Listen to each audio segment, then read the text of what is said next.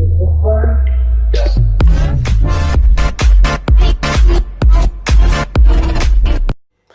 guys, welcome to my channel. My name is Bushir Dolakia and you guys are watching Amateur Reactions. I welcome you all on my YouTube channel. So आज का जो video है वो एक बार फिर से मैं लेके आया हूँ एक बहुत ही इन्फॉर्मेटिव और बहुत ही अच्छा एक वीडियो। ये वीडियो है सोनम वांगचुक का। सोनम वांगचुक का आपको पता ही है कि मैंने उनका जो पिछला वीडियो है जो कि काफ़ी वायरल भी हुआ था और काफ़ी फेमस भी हुआ था, उसको मैंने रिएक्ट किया था, जो कि बेसिकली पार्ट 1 है। और उस वीडियो का टाइटल था चाइना को जवाब सेना देगी बुलेट से और नागरिक देंगे वॉलेट से। बहुत ही अच्छा एक वीडियो था। बहुत ही अच्छे तरीके से सोनम वांगचुक जी ने हमें ये समझाया था कि किस तरह से हम कैटेगोरिकली चाइना को जवाब दे सकते हैं। उनकी जो प्रोडक्ट्स है, कंज्यूमर आइटम्स है, चाहे वो सॉफ्टवेयर्स हो चाहे वो हार्डवेयर्स हो, और अलग अलग फील्ड में जो भी उनके जो कंज्यूमर प्रोडक्ट्स है उनको हम अगर इस्तेमाल बंद भी हो सकता है कि ना कर सके, लेकिन कम अगर उसका यूज़ करें तो डेफिनेटली एक बड़ा झटका लगेगा चाइना को, because India is a big market.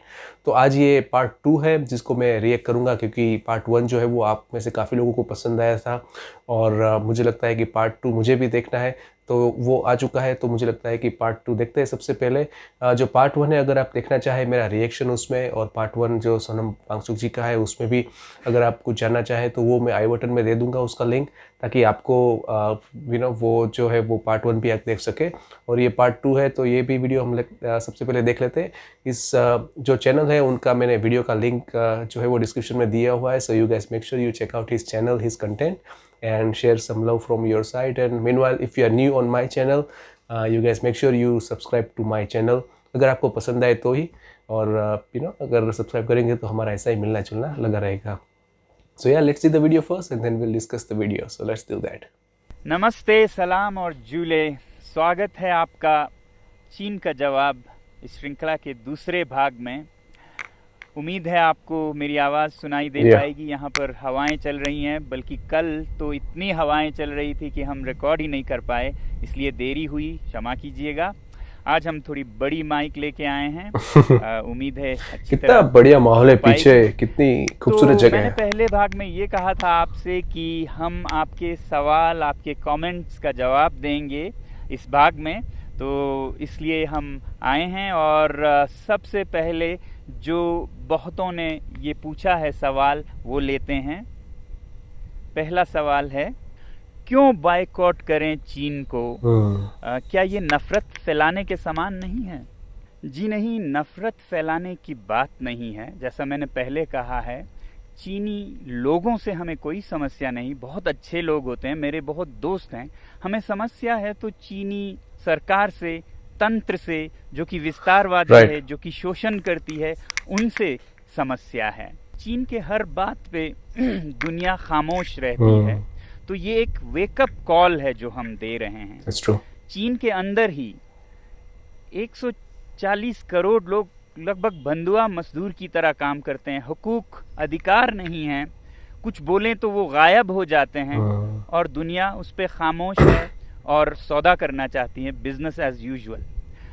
अंदर जाएं तो तिब्बतन बुद्धिस्ट 60 लाख में से 12 लाख मारे गए, लगभग 6000 मंदिर मठ तोड़े गए, दुनिया खामोश है, हम बिजनेस करना चाहते हैं। बात करते हैं सिंगजांग में युगुर मुसलमानों की। करोड़ की जनसंख्या है और 10 लाख युगुर मुस्लिम्स जेल में बंद है अभी इस वक्त, और हजारों मस्जिदें तोड़े गए हैं, दुनिया खामोश है। हम सौदा करने की बात करते हैं उनसे। श्रीलंका को देखिए, चीन के कर्ज में दबी जा रही है। ये जो पोर्ट है हम्बनतोटा का, वो तो बिक गया है, चीन उसके कब्जे में है। पाकिस्तान इतने कर्ज में डूबा है कि शायद ये देश भी एक गुलाम सा हो जाए। दुनिया खामोश है, सौदा करना चाहती है। ये तो दुनिया की बात हुई। मेरे लिए सबसे बड़ी बात है मेरे दरवाजे पे क्या हो रहा है। लद्दाख की धरती में चीन 1962 से, जहां पर की जंग खत्म हुई थी, कितने किलोमीटर अंदर आ चुका है। हमारे यहाँ के चरवाहे अपने चरागाहें खो चुके हैं, कहाँ ले जाएंगे वो अपने भेड़ बकरियों को? दुनिया खामोश है और हम उनको जो मनमर्जी वो करते हैं, धक्का मुक्की करने देते जा रहे हैं। तो क्या हम ये कहें उनसे कि वो बेदर्दी से सर काटे मेरा, और मैं कहूँ उनसे हुजूर आहिस्ता आहिस्ता, जनाब आहिस्ता क्या बात। आहिस्ता। नहीं, अब हमें जवाब देना होगा, और जवाब हमें अपने हाथों में लेके वॉलेट पावर से देना होगा। और ये कोई गलत या बुरी बात भी नहीं है। सैंक्शंस सदा प्रयोग किए जाते हैं जब भी कोई गलत करता है, वो चाहे देश हो। उत्तरी कोरिया पर सैंक्शंस लगाते हैं देश, तो हम क्या अपने पर्सनल इकोनॉमिक सैंक्शंस नहीं लगा सकते इन देशों पर? और बॉयकॉट करना कोई नई बात भी नहीं है। आपने सुना होगा स्वदेशी movement, boycott movement Tilak ji के नेतृत्व में 1905 से शुरू हुई थी ब्रिटिश सरकार के खिलाफ बॉयकॉट का, उनके सामान का। तब हम ब्रिटिश सरकार के गुलाम हो चुके थे। अब हमें समझ आनी चाहिए कि prevention is better than cure, तो इसलिए हम अभी से करें। बल्कि मैं तो कहूँगा कि अगर हम कुछ ना करें और देखते रहें तो वो गुनाह है। जुल्म करना गुनाह है तो जुल्म सहना भी गुनाह है।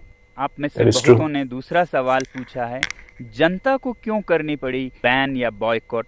हमारी सरकार क्यों नहीं बैन करती चीनी सामान? सब कुछ सरकार करे, ये तो कैसे हो सकता है? सरकारों के बंदिशें होती हैं, प्रोटोकॉल्स होती हैं, व्यापार बहुतरफा होती हैं, तो इसलिए सरकार के लिए शुरू में मुश्किल हो सकता है। मगर अगर जनता करे, जनता की अपनी मर्जी है, चॉइस है, कस्टमर इज द किंग, तो कोई दुनिया की ताकत उसे पूछ नहीं सकती कि आप ये क्यों नहीं खरीद रहे हैं, वो क्यों खरीद रहे हैं।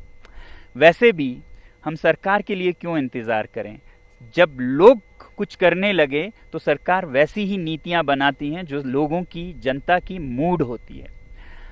अमेरिकी राष्ट्रपति कैनेडी ने कहा था, ask not what the country can do for you, ask what you can do for your country.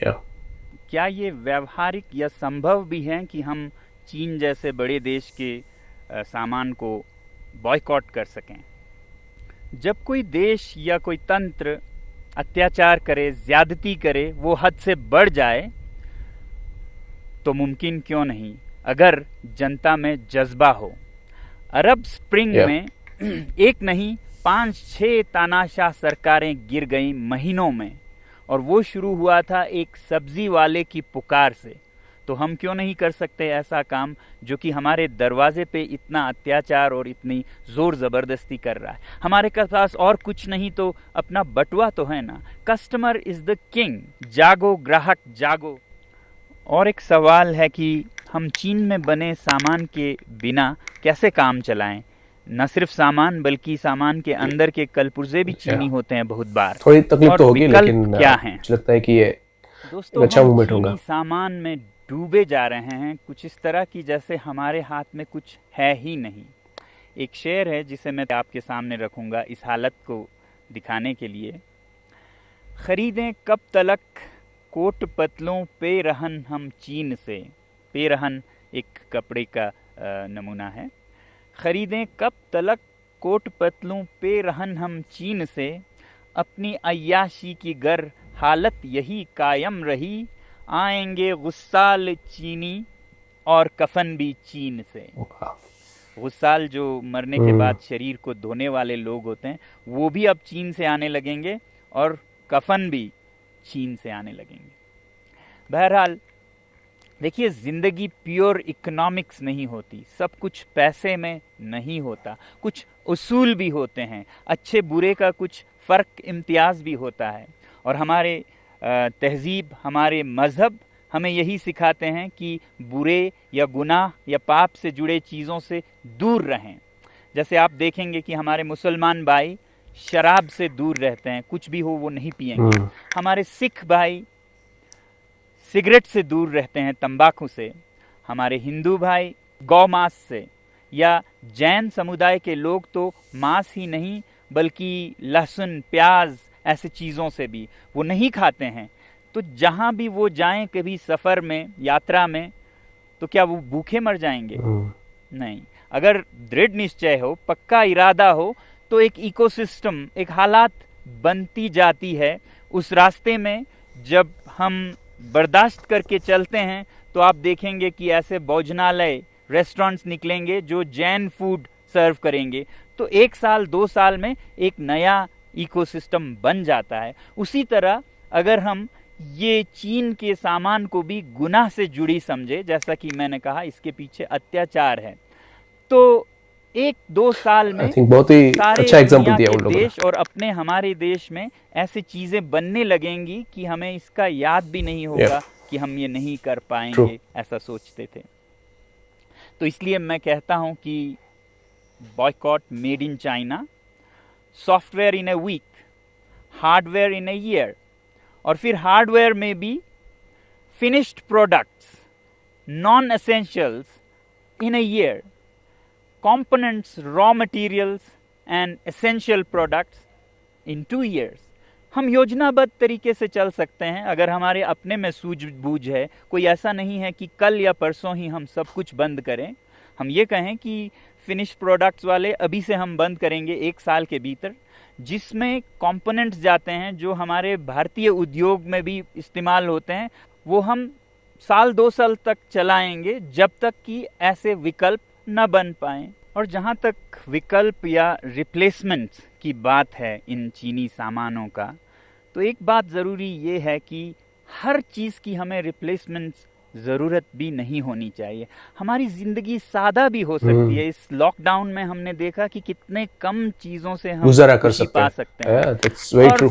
सस्ते माइंडलेस कंज्यूमरिज्म में लाए गए ये चीनी सामान जो कि हमें ज़रूरत भी नहीं है, 10 जोड़े जूते, 50 जोड़े जुराब, क्यों ज़रूरत है इनकी? क्या हम एक सादा जीवन नहीं जी सकते हैं? बदल सकते हैं ज़िंदगी के शैली को कि हम थोड़े में ही गुजारा करेंगे मगर साफ अच्छे चीज़ों को ही अपने जीवन से जोड़ेंगे। इसलिए ilivesimply.org पे जाइए और देखिए सादा जीवन कैसे जी सकते हैं, अपने पर्यावरण को, अपने पृथ्वी को, जीव जंतुओं को कैसे बचाए हुए खुशी का एक जीवन जी सकते हैं। आखिरी सवाल जो मैं ले रहा हूँ वो है, हम इसे एक राष्ट्रीय आंदोलन कैसे बना सकते हैं, नेशनल मूवमेंट। देखिए, मैंने एक छोटी सी पहल की है लद्दाख से। ये मत उम्मीद कीजिएगा कि लद्दाख से कोई एक आदमी इसको चलाएगा। इस बटुए के आंदोलन में हर नागरिक एक सिपाही है और ये उतने ही दूर तक चलेगा जितना आप इसे ले जाना चाहेंगे।